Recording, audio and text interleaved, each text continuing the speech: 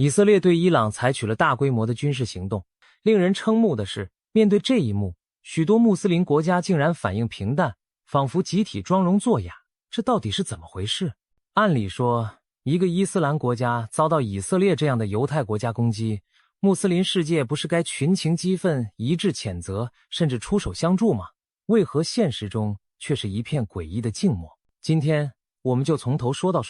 把这场风波背后的来龙去脉讲清楚。首先，我们要回顾一下事情的起点，然后再层层拨开谜团，从以色列突然对伊朗动武的原因谈起，再讲讲穆斯林国家反应冷淡的深层原因，追溯历史上的教派恩怨，再看看中东各国如何在大国角力中谋求自保，最后剖析一下穆斯林世界理想与现实的矛盾，还有哪些幕后力量在推波助澜或按捺局势。2025年6月13日凌晨，一阵巨大的爆炸声在伊朗首都德黑兰划破夜空，以色列突然对伊朗发动了大规模空袭。这次行动，以色列方面起了个代号，叫“狮子崛起行动”，听名字就知道来者不善。一夜之间，伊朗全国多地遭到打击，从秘密的核设施、军事基地到首都的机场、石油天然气田，甚至国防部、外交部这样的政府大楼都传出了剧烈的爆炸声。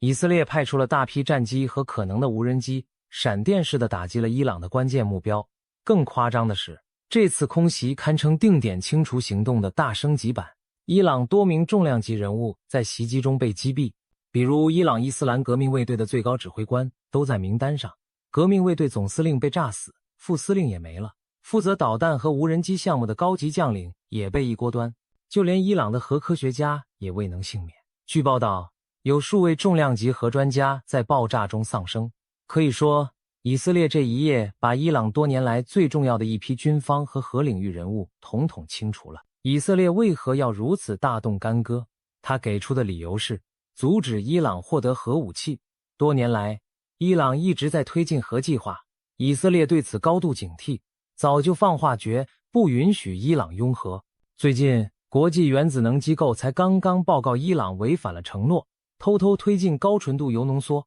而且可能只差几个月就能造出核弹头，这让以色列彻底坐不住了。在以色列领导人看来，如果再不出手，等伊朗真有了核武，那对以色列就是生存威胁，所以索性先发制人，来个大扫除。当然，这背后还有更现实的背景。伊朗和美国本来在酝酿恢复核协议，美国这边软硬兼施，想让伊朗收手，但以色列可不想等什么外交谈判见效。在以色列强硬派眼里，谈判只会给伊朗拖延时间，尤其当时美国正好换了新政府，对伊朗态度强硬，这等于给了以色列放手一搏的绿灯。再加上2023年曾发生过严重的地区冲突，当时巴勒斯坦的哈马斯武装突然袭击以色列，据说背后就有伊朗撑腰。以色列国内对伊朗早已怒火中烧，所以内塔尼亚胡政府下决心动手，把伊朗的核设施和军事指挥系统一举打残。行动一出手就异常凶狠，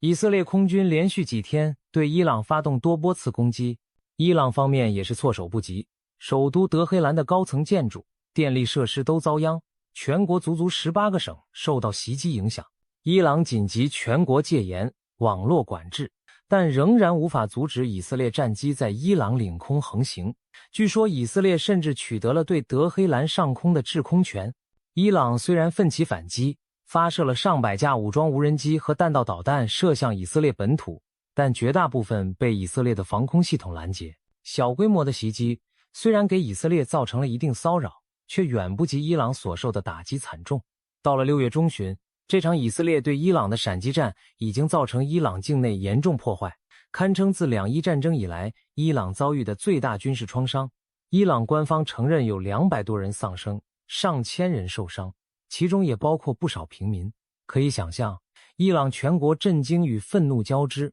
最高领袖哈梅内伊誓言要让以色列付出代价。然而，令人关注的不仅是战场上的刀光剑影，还有战场外各方的反应。出人意料的是，除了伊朗自己强烈谴责和少数几个跟伊朗关系密切的势力放狠话之外，广大穆斯林国家整体上相当安静，没有出现大家想象中的群起声讨或集体报复行动。这让人不禁要问，穆斯林世界为何对以色列打击伊朗大多装聋作哑？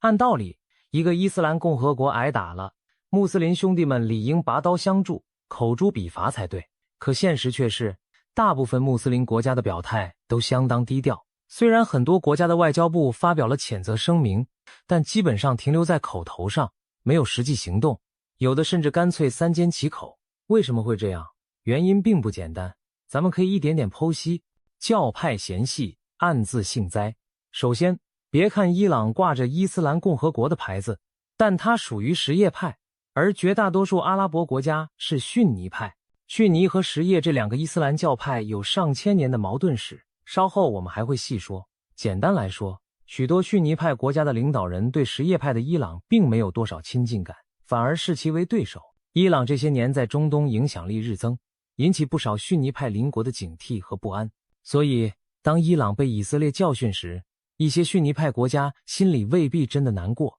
甚至某种程度上还有点幸灾乐祸。当然，这种话他们不会明着说，只会用冷淡反应来体现。战略竞争，敌人的敌人，中东地区早就不是穆斯林世界一条心，各国利益各异。对于沙特阿拉伯、阿联酋、埃及这些传统阿拉伯大国而言，伊朗常年是他们在地区的主要威胁和竞争对手。伊朗支持的势力在也门、黎巴嫩、伊拉克到处和这些国家暗中较劲。可以说，阿拉伯世界和波斯伊朗之间有股暗流涌动的新月型对抗。那么，当以色列出手打伊朗，某些阿拉伯国家未必不暗自称快，正好有人替我们收拾一下伊朗。基于敌人的敌人就是朋友的现实逻辑，他们对以色列的行动自然不会真心反对，再猛烈的谴责也只是表面功夫。盟友压力，故左右而言他。别忘了，许多穆斯林国家和美国都有千丝万缕的联系，而美国这次可是铁了心站在以色列这边的。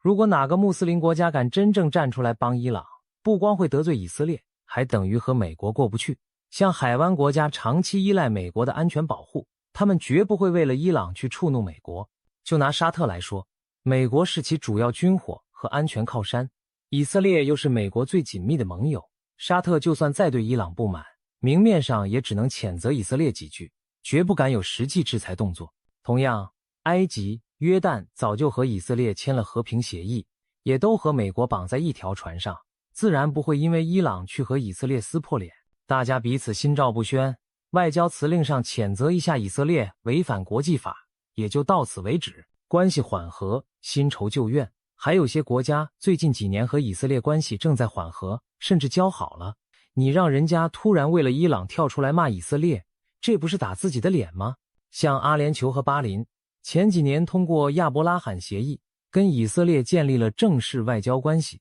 成为友好伙伴。他们国内舆论对以色列的形象都慢慢在改善。这会儿以色列打伊朗，他们的选择是小心翼翼，既要表示我们反对战争哦，又绝不能真正站队伊朗一边。不仅如此，这些海湾国家其实和伊朗也有往来，彼此经济联系不少。例如迪拜有很多伊朗生意，卡塔尔和伊朗共享天然气田，他们真不希望被卷进大战里，所以干脆采取模糊态度，发表点和平呼吁，然后就静观其变。毕竟无论以色列还是伊朗，哪边都不想得罪太深，保持中立最明智。民意冷漠，各自算盘。此外，各国的民众和政府也各有心思。普通穆斯林最关注的还是巴勒斯坦等切身议题，对于伊朗与以色列之间的冲突并没有那么上心。而许多中东政府自身内政压力山大，无暇也无意为伊朗出头。再加上不少政权对媒体和言论的严控，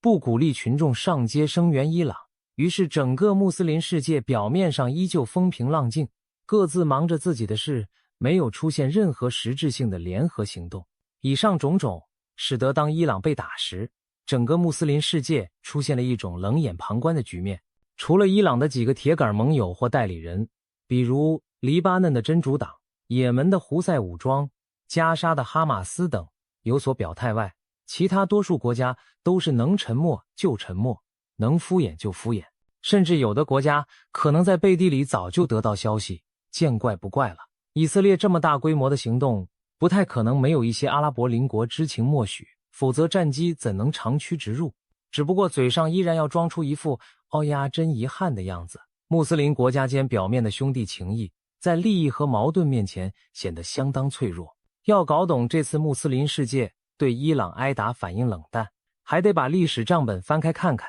其中有2本账，一本是以色列和伊朗之间的恩怨史，另一本是逊尼派和什叶派之间的漫长矛盾。这2本其实都很关键。先看以色列和伊朗，如今两国虽然势同水火，但在上世纪70年代之前，他们曾经还是朋友。那时伊朗由巴列维国王统治，亲西方也和以色列暗中合作。然而1979年伊朗伊斯兰革命后，霍梅尼建立了什叶派神权政权，从此对以色列恨之入骨，公开把以色列骂作中东毒瘤。伊朗新政权为了领袖穆斯林世界，开始大力支持巴勒斯坦等反以事业，誓言要消灭以色列。自此，伊朗和以色列结下不共戴天之仇。伊朗扶持黎巴嫩真主党、巴勒斯坦哈马斯等武装组织对抗以色列，以色列则视伊朗为生存威胁，多年来通过暗杀伊朗核科学家、网络攻击核设施、轰炸伊朗在叙利亚的基地等方式敲打伊朗。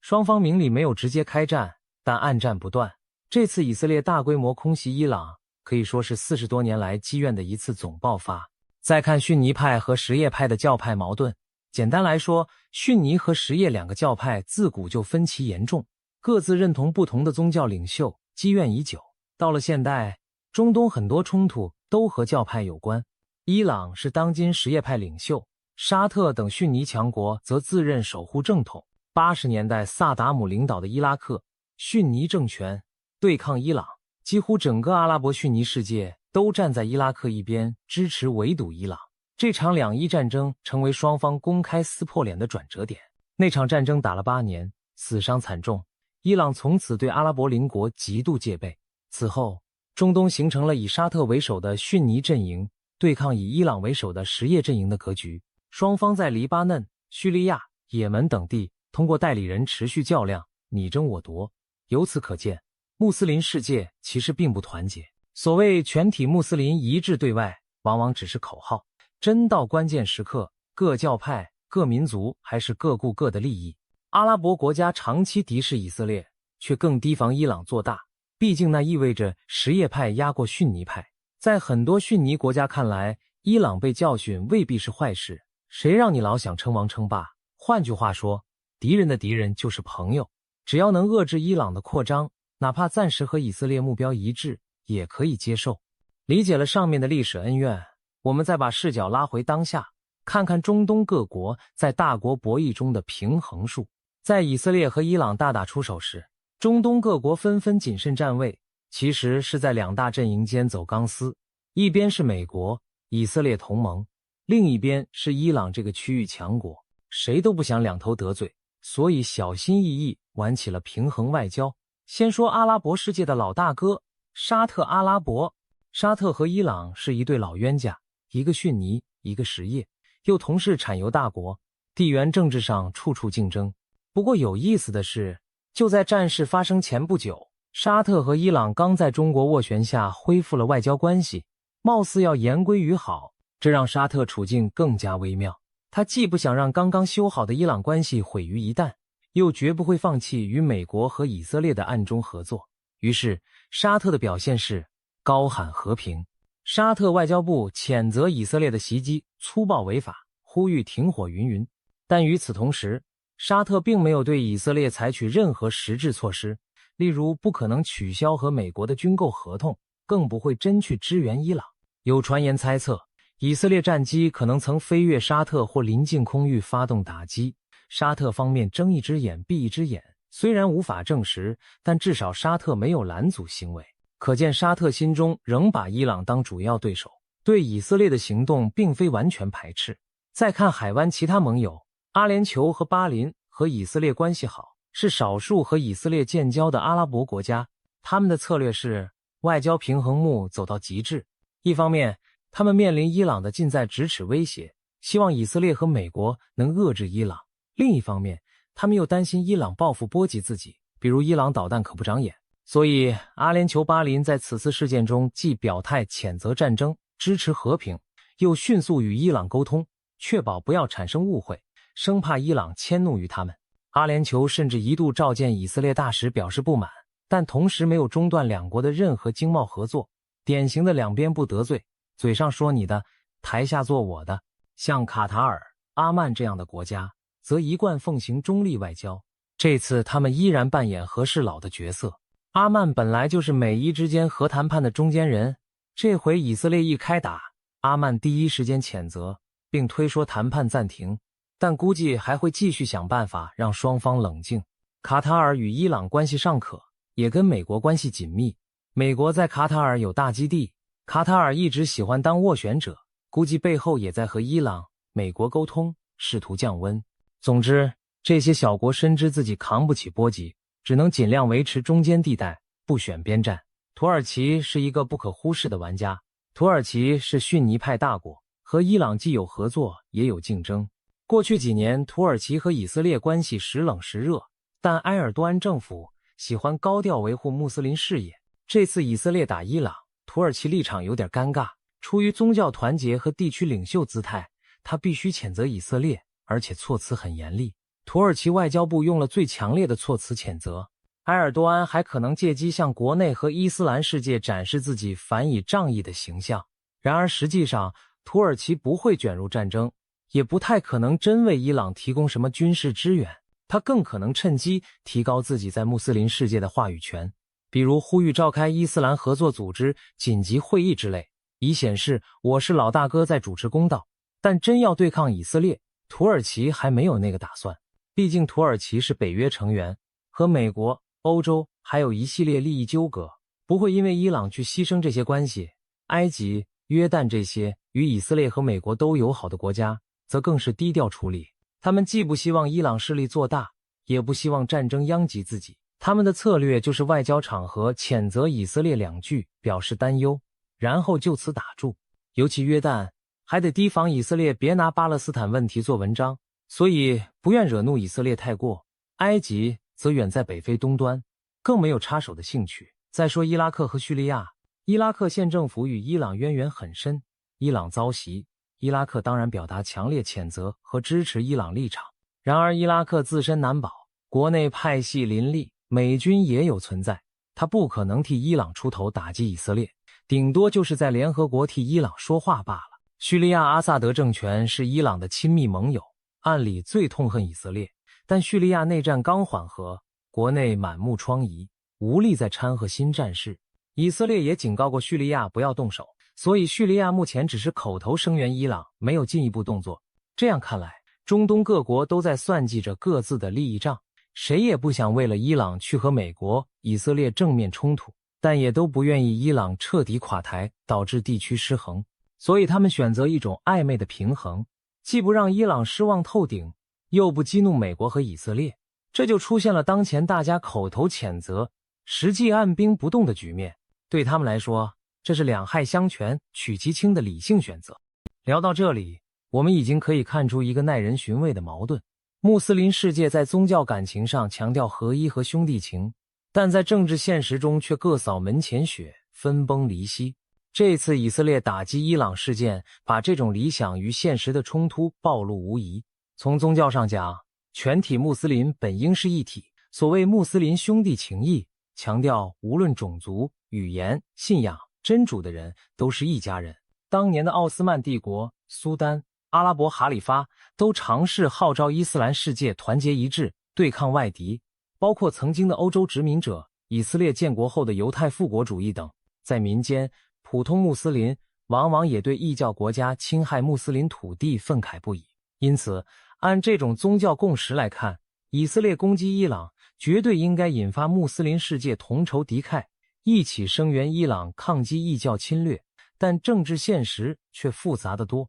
各国政府首要考虑的是自己政权和国家利益，而不是什么抽象的宗教大业。尤其当今穆斯林国家版图广阔，从摩洛哥到印尼，各国国情千差万别，要想为了一个共同的信仰目标行动一致，根本不切实际。更何况穆斯林世界自己内部就有局域，正如前面分析的逊尼、什叶、阿拉伯、非阿拉伯、君主国、革命国等等。所以每当出现类似冲突时，大家表面上喊着宗教口号，私底下还是按各自算盘办事。这种矛盾在历史上屡见不鲜。比如1979年苏联入侵阿富汗，当时伊斯兰会议组织呼吁圣战，各国也有支持阿富汗抵抗的，可实际上很多穆斯林国家还是隔岸观火，让美国和巴基斯坦为主付出资源。再比如巴勒斯坦问题，大伙儿都声援，但真出力的没几个，多数只是道义支持。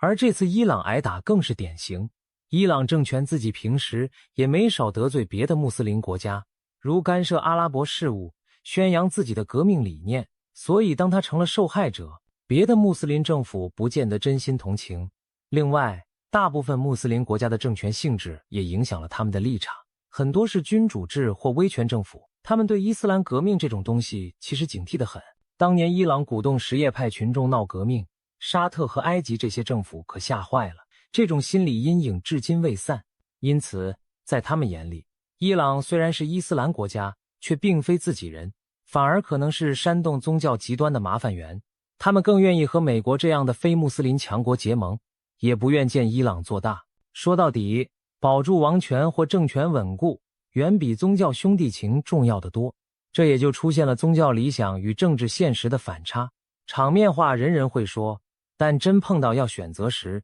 政治利益为先。当然，这并不是说穆斯林民众就完全没有愤慨，或者宗教感情就很淡漠，只是如今的信息环境下，各国政府可以掌控舆论，不让情绪发酵。另外，伊朗政权在很多阿拉伯人心目中也算不上什么好兄弟，毕竟宗教共识也分层次，逊尼派可能觉得什叶派异端，反之亦然。更尴尬的是，伊朗高举反以抗美的旗帜几十年，但许多阿拉伯人认为伊朗是借打着反以的旗号扩张影响而已，并不是真心为了巴勒斯坦。所以在情感上，他们未必把伊朗遭袭当作整个伊斯兰世界受辱那么看待。一句话，政治现实击败宗教共识。每个穆斯林国家都有自己的小九九，伊斯兰世界并不像外人想象的那么铁板一块。以色列正是深谙此道，所以才敢断定攻击伊朗不会引来整个穆斯林世界的联合反击。事实证明，他赌对了，多数国家只是口头上骂了几句，就各回各家，各找各妈了。最后，我们不能忽视幕后的大国和其他相关玩家。中东历来是大国角力的舞台，这次以色列打伊朗，从准备到后续，许多国家都在明里暗里推波助澜或从中斡旋。首先，美国在背后发挥了关键作用，以色列是美国最紧密的盟友，没有美国的支持默许，以色列不可能如此大胆行动。美国总统公开力挺以色列，还放狠话警告伊朗不得反抗，否则将面临更毁灭性的打击。美国源源不断提供武器和情报，为以色列壮胆撑腰。可以说，美国不仅是支持者，更是幕后推手，希望借以色列之手削弱伊朗的核能力，迫使伊朗屈服于西方的要求。其次，俄罗斯和中国也在暗中注视着局势。俄罗斯谴责了以色列的攻击，